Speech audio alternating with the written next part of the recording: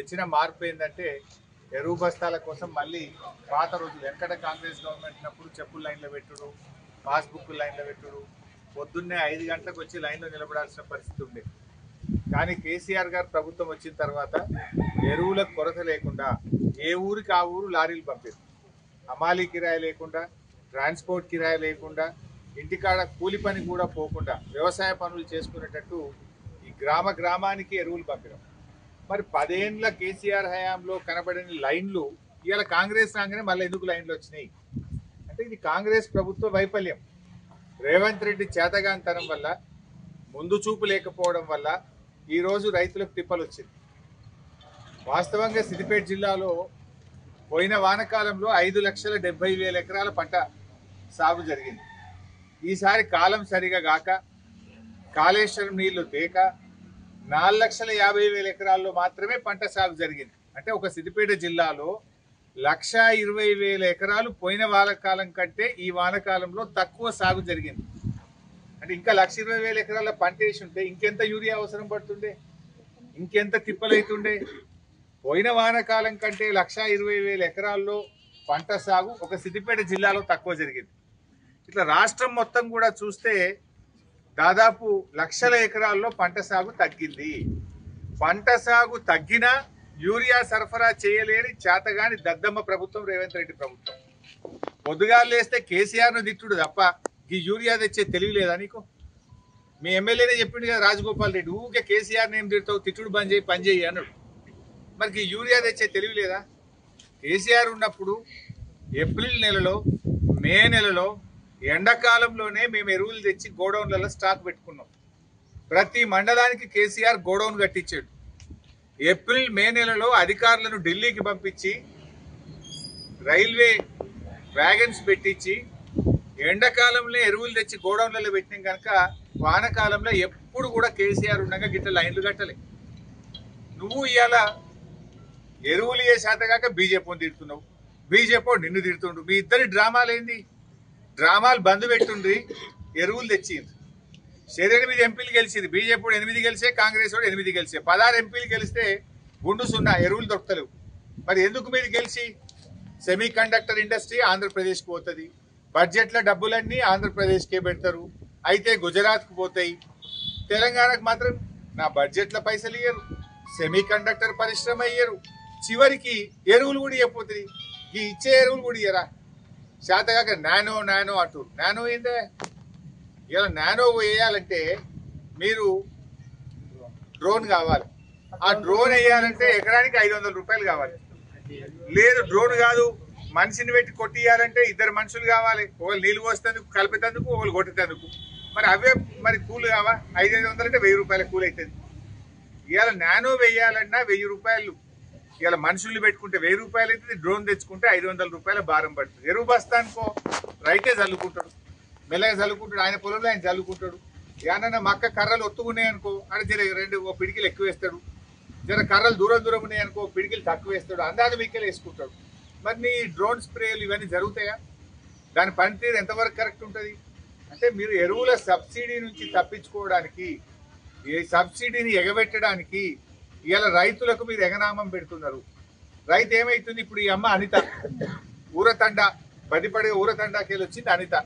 నిన్న పొద్దున్న నుంచి నిన్న రాత్రి దాకా లైన్లో నిలబడ్డది, ఇవాళ పొద్దున్న నుంచి ఇప్పటిదాకా ఇంకా లైన్లో నిలబడ్డది. ఏమంటుంది అనిత? నిన్న 600 కూలి వేయింది సార్, ఇవాళ 600 కూలి వేయింది, నాట్లకు పోతే 600 కూలి పడుతుంది, నాకు 1,200 రూపాయలు తుట్టయిపోయింది. ఈ ఇచ్చే ఒక్క సంచికి నేను నిన్న లైన్లో నిలబడ్డా, ఇవాళ లైన్లో నిలబడ్డా, ఇవాళ కూడా దొరుకుతుందా దొరకదా? మాకు 2 రోజుల కూలి పోతే మాలాంటి పేదోళ్లకు 1,200 రూపాయలు నష్టమైంది అని చెప్పి అనిత అనే మహిళా రైతు ఊరతండా నుంచి ఇలా వాపోతున్న పరిస్థితి.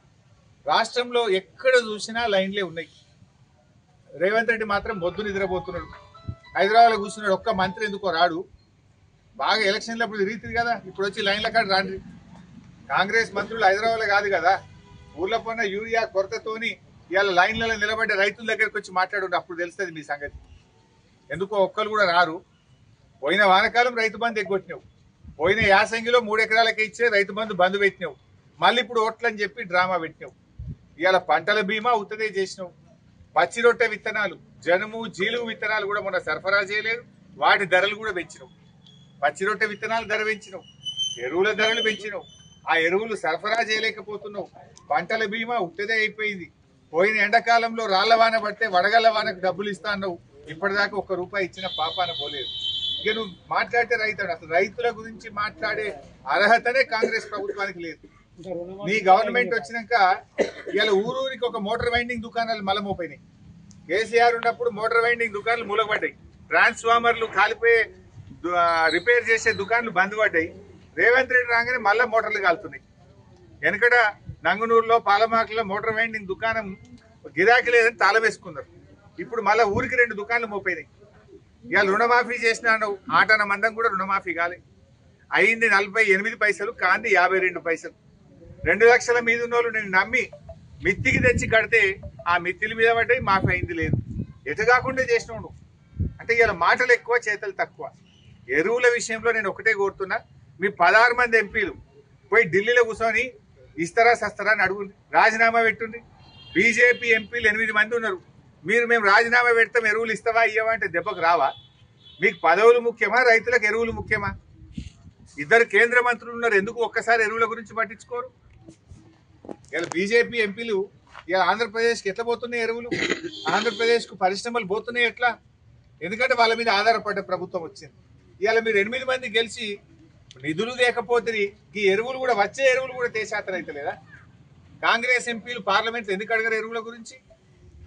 ఇవాళ మీరు ఎంతసేపు పోలీసు వాళ్ళని పెట్టుకొని రాజ్యం వెళ్తున్నారు.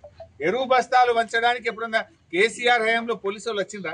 పోలీసు వాడు కనబడ్డాడు ఎప్పుడన్నా? ఇప్పుడు పోలీసు వాళ్ళని పెట్టి మీరు ఎరువులు పంచే పరిస్థితి, పోలీస్ స్టేషన్లలో ఎరువులు పంచే పరిస్థితి వచ్చింది.